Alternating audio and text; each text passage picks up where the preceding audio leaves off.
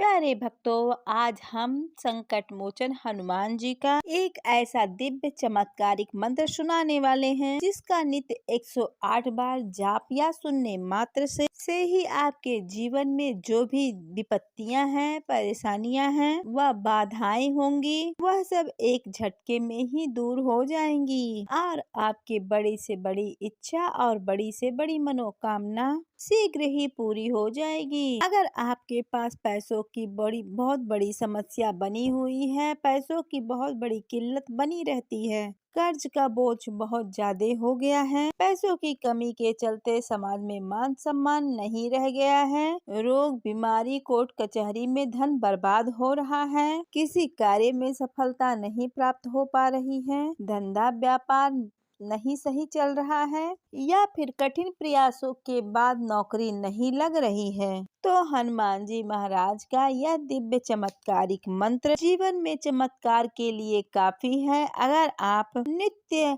अपने मोबाइल पर इसे लगाकर सुन लेते हैं या इसका श्रवण आप खुद करते हैं तो प्रभु की कृपा से आपके जीवन में अति शीघ्र ही चमत्कार अवश्य होगा। आप इस मंत्र को सुनकर अपने जीवन की बड़ी से बड़ी परेशानियों को दूर कर सकते हैं और बड़ी से बड़ी इच्छा भी पूरी करवा सकते हैं। यह दिव्य मंत्र इतना कल्याणकारी है, इसको जिस किसी ने सुन भी लिया है तो उसे लाभ अवश्य ही मिला है। अगर आप अपने जीवन की परेशानियों को एक झटके में दूर करना चाहते हैं और आप चाहते हैं कि आपके जीवन में कभी भी मुसीबत ना आए, तो आपको इस मंत्र को 108 बार सुनना होगा। इस मंत्र को आप सुनना प्रारंभ कर दीजिए, आपकी सारी परेशानियां दूर हो जाएंगी। अगर आप हनुमान जी महाराज पर पूरा भरोसा सच्ची श्रद्धा से इस मंत्र को सुनेंगे तो आपको लाभ 101% होगा। बस आपको रोज नहा धोकर इस मंत्र को सच्ची श्रद्धा भाव से 108 बार इस मंत्र का श्रवण करना है। आप इसे अपने मोबाइल पर संकल्प लेकर भी इस मंत्र को सुन सकते हैं या श्रवण कर सकते हैं। प्यारे भक्तों, आपको वही लाभ मिलेगा जो मंत्र को जाप करने से मिलता है। तो चलिए प्यारे भक्त, ओम अंजनेयाय विद्महे वायुपुत्राय धीमहि तन्नो हनुमत प्रचोदयात्। ओम अंजनेयाय विद्महे वायुपुत्राय धीमहि तन्नो हनुमत प्रचोदयात्। ओम अंजनेयाय विद्महे वायुपुत्राय धीमहि तन्नो हनुमत प्रचोदयात्। ओम अंजनेयाय विद्महे वायुपुत्राय धीमहि तन्नो हनुमत प्रचोदयात्। ओम अंजनेयाय विद्महे वायुपुत्राय धीमहि तन्नो हनुमत प्रचोदयात्। ओम अंजनेयाय विद्महे वायुपुत्राय धीमहि तन्नो हनुमत प्रचोदयात्। ओम अंजनेयाय विद्महे वायुपुत्राय धीमहि तन्नो हनुमत प्रचोदयात्। ओम अंजनेयाय विद्महे वायुपुत्राय धीमहि तन्नो हनुमत प्रचोदयात्।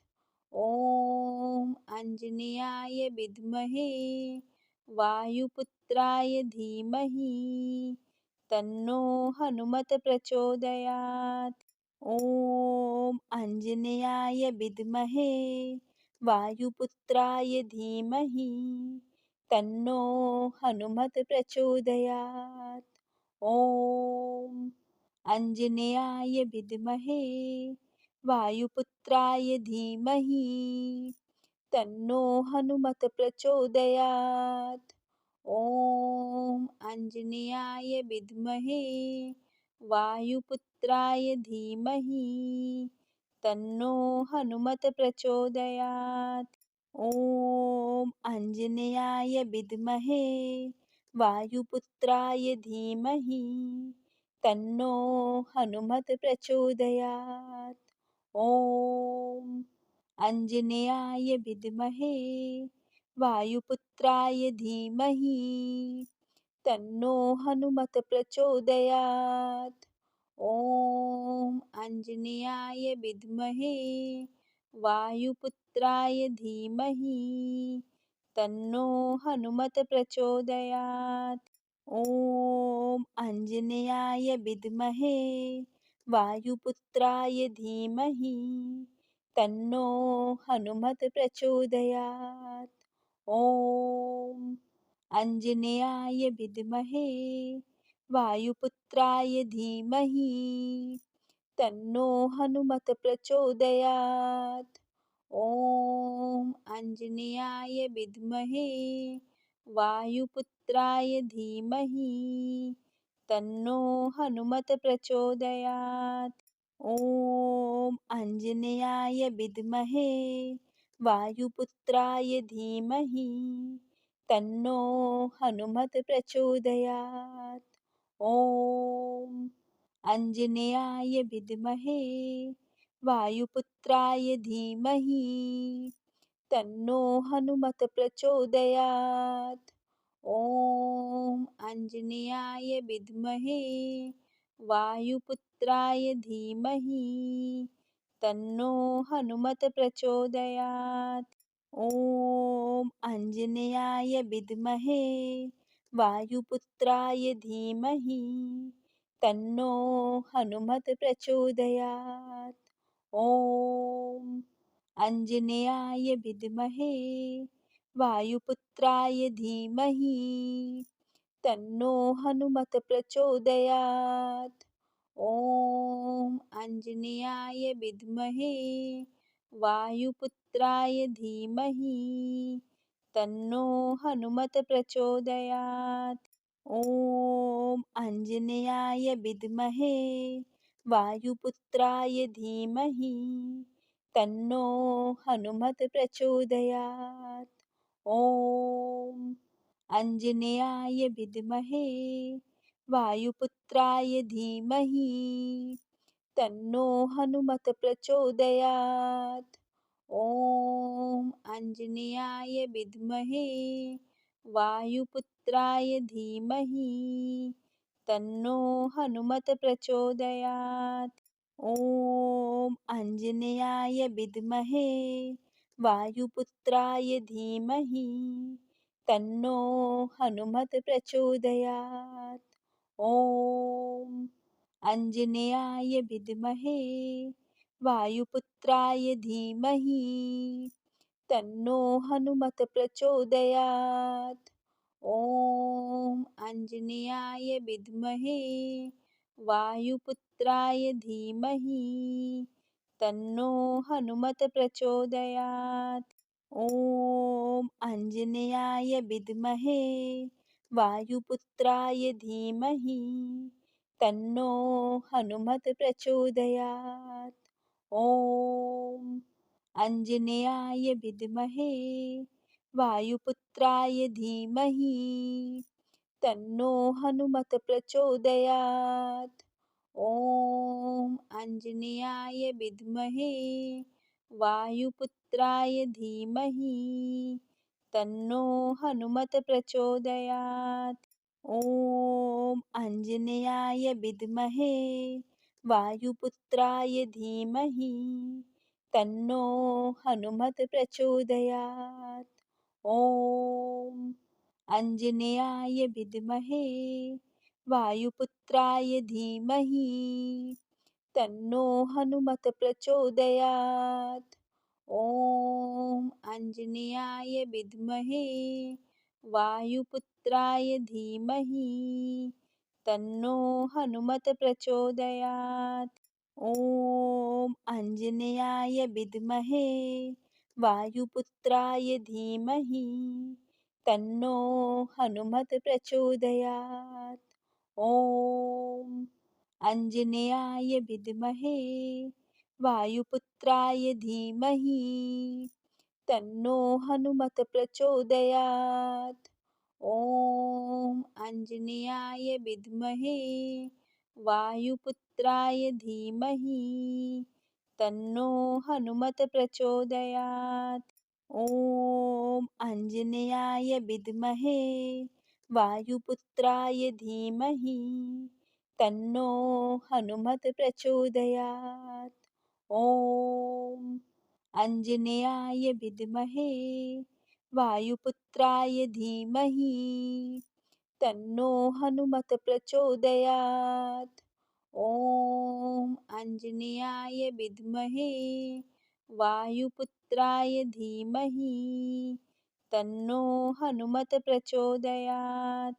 ॐ आञ्जनेयाय विद्महे वायुपुत्राय धीमहि तन्नो हनुमत् प्रचोदयात्।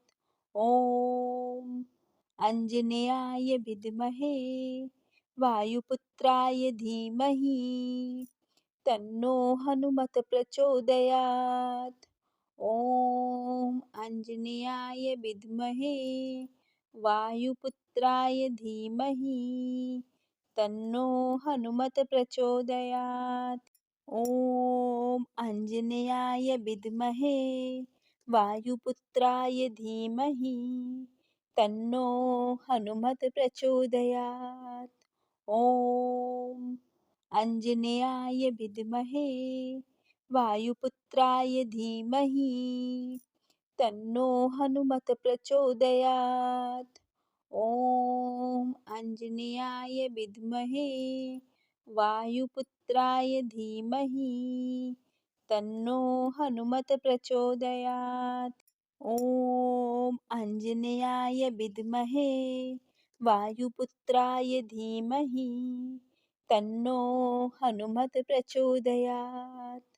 ॐ आञ्जनेयाय विद्महे वायुपुत्राय धीमहि तन्नो हनुमत् प्रचोदयात्।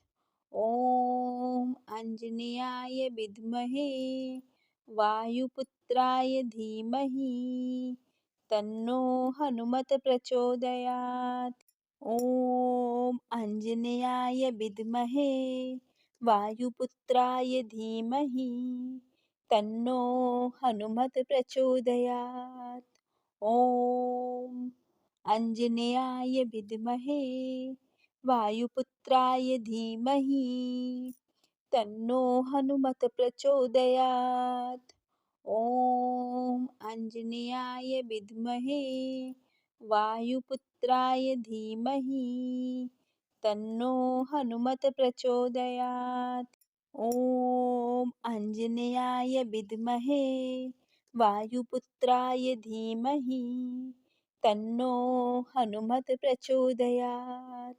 ॐ आञ्जनेयाय विद्महे वायुपुत्राय धीमहि तन्नो हनुमत् प्रचोदयात्। ॐ आञ्जनेयाय विद्महे वायुपुत्राय धीमहि तन्नो हनुमत् प्रचोदयात्। ॐ आञ्जनेयाय विद्महे वायुपुत्राय धीमहि तन्नो हनुमत् प्रचोदयात्। ॐ आञ्जनेयाय विद्महे वायुपुत्राय धीमहि तन्नो हनुमत् प्रचोदयात्। ॐ आञ्जनेयाय विद्महे वायुपुत्राय धीमहि तन्नो हनुमत् प्रचोदयात्। ॐ आञ्जनेयाय विद्महे वायुपुत्राय धीमहि तन्नो हनुमत् प्रचोदयात्। ॐ आञ्जनेयाय विद्महे वायुपुत्राय धीमहि तन्नो हनुमत् प्रचोदयात्। ॐ आञ्जनेयाय विद्महे वायुपुत्राय धीमहि तन्नो हनुमत् प्रचोदयात्। ॐ आञ्जनेयाय विद्महे वायुपुत्राय धीमहि तन्नो हनुमत् प्रचोदयात्। ॐ आञ्जनेयाय विद्महे वायुपुत्राय धीमहि तन्नो हनुमत् प्रचोदयात्। ॐ आञ्जनेयाय विद्महे वायुपुत्राय धीमहि तन्नो हनुमत् प्रचोदयात्। ॐ आञ्जनेयाय विद्महे वायुपुत्राय धीमहि तन्नो हनुमत् प्रचोदयात्। ॐ आञ्जनेयाय विद्महे वायुपुत्राय धीमहि तन्नो हनुमत् प्रचोदयात्। ॐ आञ्जनेयाय विद्महे वायुपुत्राय धीमहि तन्नो हनुमत् प्रचोदयात्। ॐ आञ्जनेयाय विद्महे वायुपुत्राय धीमहि तन्नो हनुमत् प्रचोदयात्। ॐ आञ्जनेयाय विद्महे वायुपुत्राय धीमहि तन्नो हनुमत् प्रचोदयात्। ॐ आञ्जनेयाय विद्महे वायुपुत्राय धीमहि तन्नो हनुमत् प्रचोदयात्। ॐ आञ्जनेयाय विद्महे वायुपुत्राय धीमहि तन्नो हनुमत् प्रचोदयात्। ॐ आञ्जनेयाय विद्महे वायुपुत्राय धीमहि तन्नो हनुमत् प्रचोदयात्। ॐ आञ्जनेयाय विद्महे वायुपुत्राय धीमहि तन्नो हनुमत् प्रचोदयात्। ॐ आञ्जनेयाय विद्महे वायुपुत्राय धीमहि तन्नो हनुमत् प्रचोदयात्। ॐ आञ्जनेयाय विद्महे वायुपुत्राय धीमहि तन्नो हनुमत् प्रचोदयात्। ॐ आञ्जनेयाय विद्महे वायुपुत्राय धीमहि तन्नो हनुमत् प्रचोदयात्। ॐ आञ्जनेयाय विद्महे वायुपुत्राय धीमहि तन्नो हनुमत् प्रचोदयात्। ॐ आञ्जनेयाय विद्महे वायुपुत्राय धीमहि तन्नो हनुमत् प्रचोदयात्। ॐ आञ्जनेयाय विद्महे वायुपुत्राय धीमहि तन्नो हनुमत् प्रचोदयात्। ॐ आञ्जनेयाय विद्महे वायुपुत्राय धीमहि तन्नो हनुमत् प्रचोदयात्। ॐ आञ्जनेयाय विद्महे वायुपुत्राय धीमहि तन्नो हनुमत् प्रचोदयात्। ॐ आञ्जनेयाय विद्महे वायुपुत्राय धीमहि तन्नो हनुमत् प्रचोदयात्। ॐ आञ्जनेयाय विद्महे वायुपुत्राय धीमहि तन्नो हनुमत् प्रचोदयात्। ॐ आञ्जनेयाय विद्महे वायुपुत्राय धीमहि तन्नो हनुमत् प्रचोदयात्। ॐ आञ्जनेयाय विद्महे वायुपुत्राय धीमहि तन्नो हनुमत् प्रचोदयात्। ॐ आञ्जनेयाय विद्महे वायुपुत्राय धीमहि तन्नो हनुमत् प्रचोदयात्। ॐ आञ्जनेयाय विद्महे वायुपुत्राय धीमहि तन्नो हनुमत् प्रचोदयात्। ॐ आञ्जनेयाय विद्महे वायुपुत्राय धीमहि तन्नो हनुमत प्रचोदयात्। ॐ आञ्जनेयाय विद्महे वायुपुत्राय धीमहि तन्नो हनुमत प्रचोदयात्। ॐ आञ्जनेयाय विद्महे वायुपुत्राय धीमहि तन्नो हनुमत प्रचोदयात्। ॐ आञ्जनेयाय विद्महे वायुपुत्राय धीमहि तन्नो हनुमत प्रचोदयात्। ॐ आञ्जनेयाय विद्महे वायुपुत्राय धीमहि तन्नो हनुमत प्रचोदयात्। ॐ आञ्जनेयाय विद्महे वायुपुत्राय धीमहि तन्नो हनुमत प्रचोदयात्। ॐ आञ्जनेयाय विद्महे वायुपुत्राय धीमहि तन्नो हनुमत प्रचोदयात्। ॐ आञ्जनेयाय विद्महे वायुपुत्राय धीमहि तन्नो हनुमत प्रचोदयात्। ॐ आञ्जनेयाय विद्महे वायुपुत्राय धीमहि तन्नो हनुमत प्रचोदयात्। ॐ आञ्जनेयाय विद्महे वायुपुत्राय धीमहि तन्नो हनुमत प्रचोदयात्। ॐ आञ्जनेयाय विद्महे वायुपुत्राय धीमहि तन्नो हनुमत प्रचोदयात्। ॐ आञ्जनेयाय विद्महे वायुपुत्राय धीमहि तन्नो हनुमत प्रचोदयात्। ॐ आञ्जनेयाय विद्महे वायुपुत्राय धीमहि तन्नो हनुमत प्रचोदयात्। ॐ आञ्जनेयाय विद्महे वायुपुत्राय धीमहि तन्नो हनुमत प्रचोदयात्। ॐ आञ्जनेयाय विद्महे वायुपुत्राय धीमहि तन्नो हनुमत प्रचोदयात्।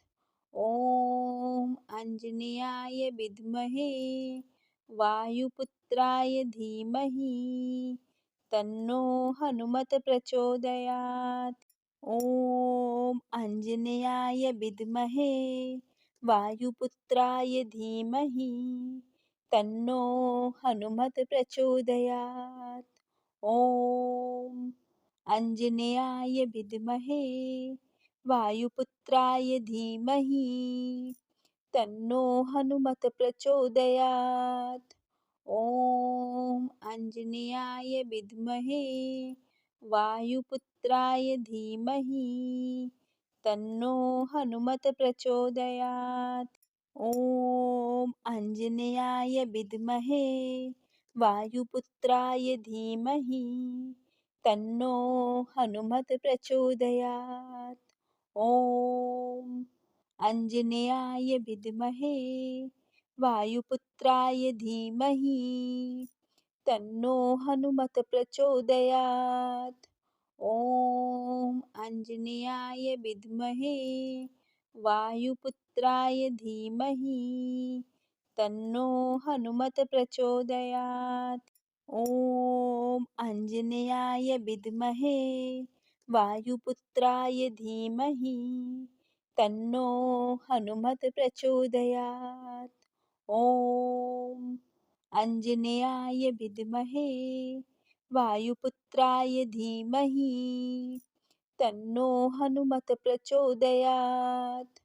ॐ आञ्जनेयाय विद्महे वायुपुत्राय धीमहि तन्नो हनुमत प्रचोदयात्। ॐ आञ्जनेयाय विद्महे वायुपुत्राय धीमहि तन्नो हनुमत प्रचोदयात्। ॐ आञ्जनेयाय विद्महे वायुपुत्राय धीमहि तन्नो हनुमत् प्रचोदयात्। ॐ आञ्जनेयाय विद्महे वायुपुत्राय धीमहि तन्नो हनुमत् प्रचोदयात्। ॐ आञ्जनेयाय विद्महे वायुपुत्राय धीमहि तन्नो हनुमत् प्रचोदयात्।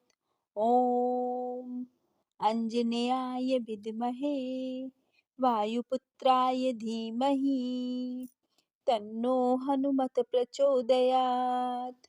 ॐ आञ्जनेयाय विद्महे वायुपुत्राय धीमहि तन्नो हनुमत् प्रचोदयात्। ॐ आञ्जनेयाय विद्महे वायुपुत्राय धीमहि तन्नो हनुमत् प्रचोदयात्। ॐ आञ्जनेयाय विद्महे वायुपुत्राय धीमहि तन्नो हनुमत् प्रचोदयात्। ॐ आञ्जनेयाय विद्महे वायुपुत्राय धीमहि तन्नो हनुमत् प्रचोदयात्। ॐ आञ्जनेयाय विद्महे वायुपुत्राय धीमहि तन्नो हनुमत् प्रचोदयात्। ॐ आञ्जनेयाय विद्महे वायुपुत्राय धीमहि तन्नो हनुमत् प्रचोदयात्। ॐ आञ्जनेयाय विद्महे वायुपुत्राय धीमहि तन्नो हनुमत् प्रचोदयात्। ॐ आञ्जनेयाय विद्महे वायुपुत्राय धीमहि तन्नो हनुमत् प्रचोदयात्। ॐ आञ्जनेयाय विद्महे वायुपुत्राय धीमहि तन्नो हनुमत् प्रचोदयात्। ॐ आञ्जनेयाय विद्महे वायुपुत्राय धीमहि तन्नो हनुमत् प्रचोदयात्। ॐ आञ्जनेयाय विद्महे वायुपुत्राय धीमहि तन्नो हनुमत् प्रचोदयात्। ॐ आञ्जनेयाय विद्महे वायुपुत्राय धीमहि तन्नो हनुमत् प्रचोदयात्। ॐ आञ्जनेयाय विद्महे वायुपुत्राय धीमहि तन्नो हनुमत् प्रचोदयात्। ॐ आञ्जनेयाय विद्महे वायुपुत्राय धीमहि तन्नो हनुमत् प्रचोदयात्। ॐ आञ्जनेयाय विद्महे वायुपुत्राय धीमहि तन्नो हनुमत् प्रचोदयात्। ॐ आञ्जनेयाय विद्महे वायुपुत्राय धीमहि तन्नो हनुमत् प्रचोदयात्। ॐ आञ्जनेयाय विद्महे वायुपुत्राय धीमहि तन्नो हनुमत् प्रचोदयात्। ॐ आञ्जनेयाय विद्महे वायुपुत्राय धीमहि तन्नो हनुमत् प्रचोदयात्। ॐ आञ्जनेयाय विद्महे वायुपुत्राय धीमहि तन्नो हनुमत् प्रचोदयात्। ॐ आञ्जनेयाय विद्महे वायुपुत्राय धीमहि तन्नो हनुमत् प्रचोदयात्। ॐ आञ्जनेयाय विद्महे वायुपुत्राय धीमहि तन्नो हनुमत् प्रचोदयात्। ॐ आञ्जनेयाय विद्महे वायुपुत्राय धीमहि तन्नो हनुमत प्रचोदयात्। ॐ आञ्जनेयाय विद्महे वायुपुत्राय धीमहि तन्नो हनुमत प्रचोदयात्। ॐ आञ्जनेयाय विद्महे वायुपुत्राय धीमहि तन्नो हनुमत प्रचोदयात्। ॐ आञ्जनेयाय विद्महे वायुपुत्राय धीमहि तन्नो हनुमत प्रचोदयात्। ॐ आञ्जनेयाय विद्महे वायुपुत्राय धीमहि तन्नो हनुमत प्रचोदयात्। ॐ आञ्जनेयाय विद्महे वायुपुत्राय धीमहि तन्नो हनुमत प्रचोदयात्। ॐ आञ्जनेयाय विद्महे वायुपुत्राय धीमहि तन्नो हनुमत प्रचोदयात्। ॐ आञ्जनेयाय विद्महे वायुपुत्राय धीमहि तन्नो हनुमत प्रचोदयात्। ॐ आञ्जनेयाय विद्महे वायुपुत्राय धीमहि तन्नो हनुमत प्रचोदयात्। ॐ आञ्जनेयाय विद्महे वायुपुत्राय धीमहि तन्नो हनुमत प्रचोदयात्। ॐ आञ्जनेयाय विद्महे वायुपुत्राय धीमहि तन्नो हनुमत प्रचोदयात्। ॐ आञ्जनेयाय विद्महे वायुपुत्राय धीमहि तन्नो हनुमत प्रचोदयात्।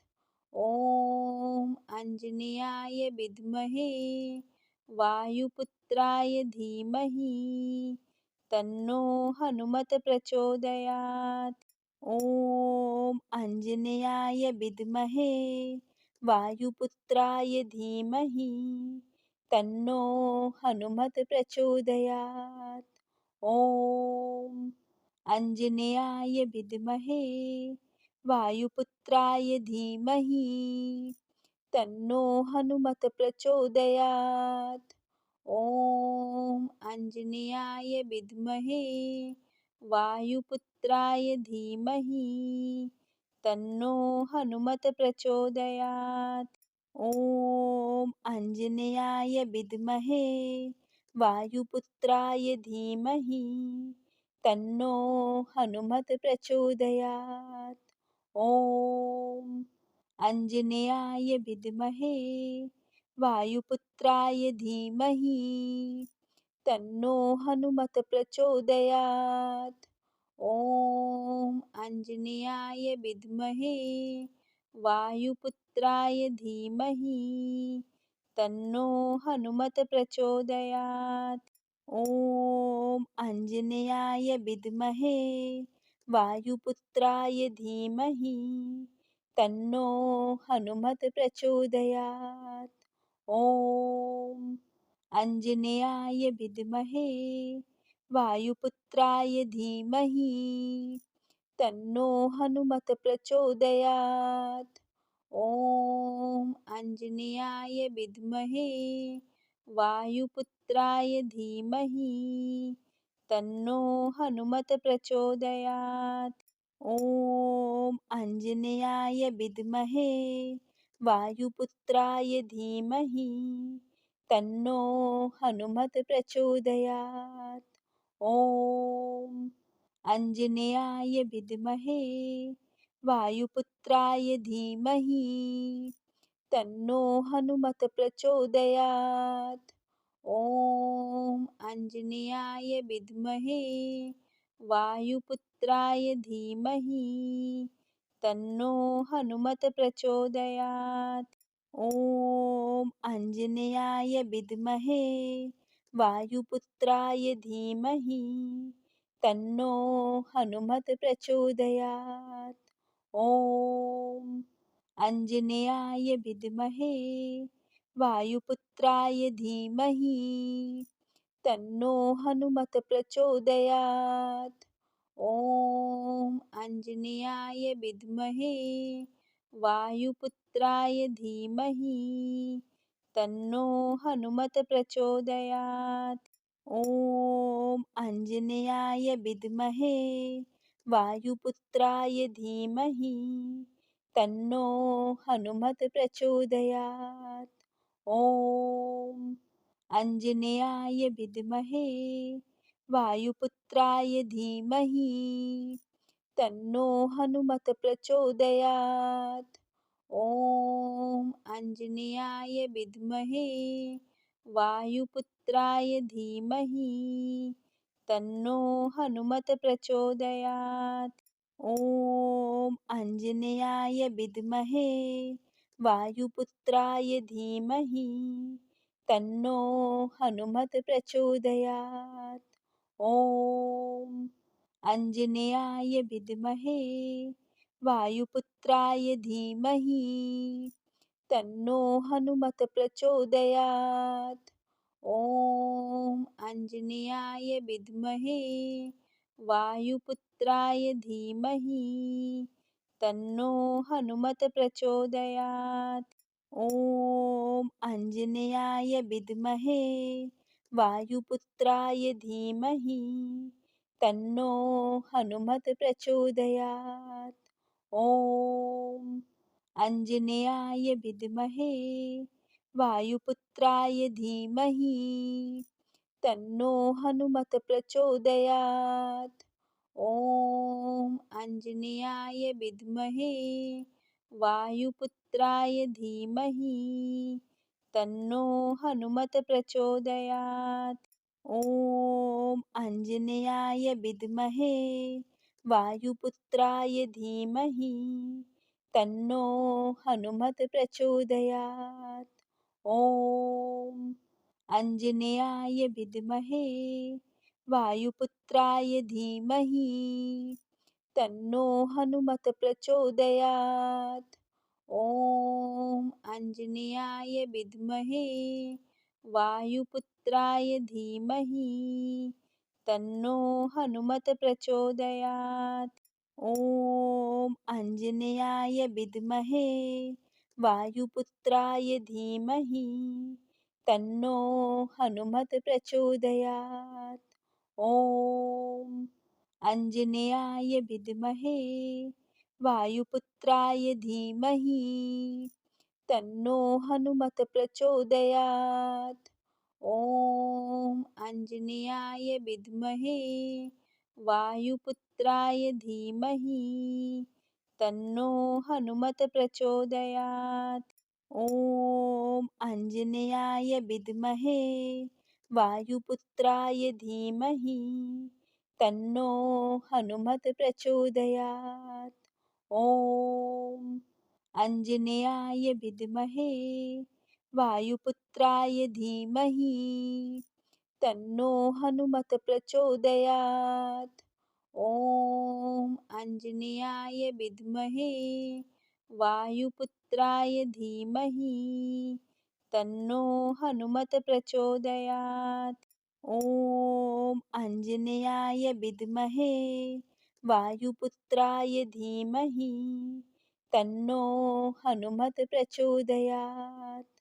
ॐ आञ्जनेयाय विद्महे वायुपुत्राय धीमहि तन्नो हनुमत प्रचोदयात्।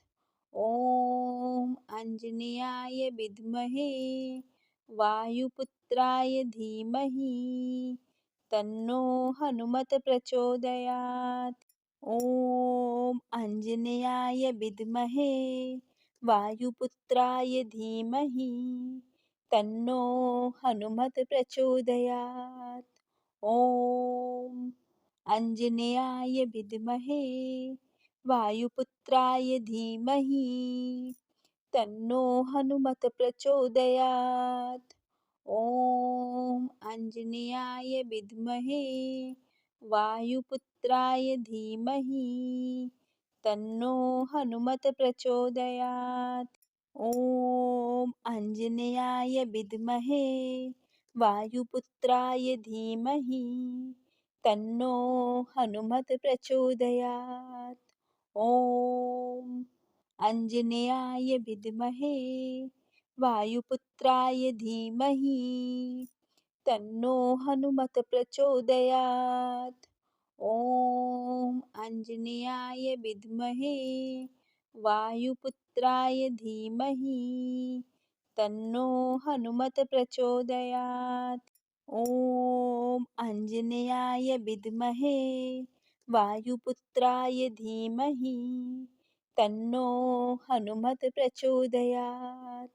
ॐ आञ्जनेयाय विद्महे वायुपुत्राय धीमहि तन्नो हनुमत् प्रचोदयात्।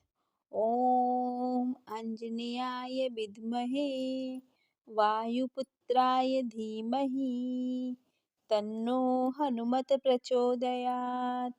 ॐ आञ्जनेयाय विद्महे वायुपुत्राय धीमहि तन्नो हनुमत् प्रचोदयात्। ॐ आञ्जनेयाय विद्महे वायुपुत्राय धीमहि तन्नो हनुमत् प्रचोदयात्। ॐ आञ्जनेयाय विद्महे वायुपुत्राय धीमहि तन्नो हनुमत् प्रचोदयात्। ॐ आञ्जनेयाय विद्महे वायुपुत्राय धीमहि तन्नो हनुमत् प्रचोदयात्। ॐ आञ्जनेयाय विद्महे वायुपुत्राय धीमहि तन्नो हनुमत् प्रचोदयात्। ॐ आञ्जनेयाय विद्महे वायुपुत्राय धीमहि तन्नो हनुमत् प्रचोदयात्। ॐ आञ्जनेयाय विद्महे वायुपुत्राय धीमहि तन्नो हनुमत् प्रचोदयात्। ॐ आञ्जनेयाय विद्महे वायुपुत्राय धीमहि तन्नो हनुमत् प्रचोदयात्। ॐ आञ्जनेयाय विद्महे वायुपुत्राय धीमहि तन्नो हनुमत् प्रचोदयात्। ॐ आञ्जनेयाय विद्महे वायुपुत्राय धीमहि तन्नो हनुमत् प्रचोदयात्। ॐ आञ्जनेयाय विद्महे वायुपुत्राय धीमहि तन्नो हनुमत् प्रचोदयात्। ॐ आञ्जनेयाय विद्महे वायुपुत्राय धीमहि तन्नो हनुमत् प्रचोदयात्। ॐ आञ्जनेयाय विद्महे वायुपुत्राय धीमहि तन्नो हनुमत् प्रचोदयात्। ॐ आञ्जनेयाय विद्महे वायुपुत्राय धीमहि तन्नो हनुमत् प्रचोदयात्। ॐ आञ्जनेयाय विद्महे वायुपुत्राय धीमहि तन्नो हनुमत् प्रचोदयात्।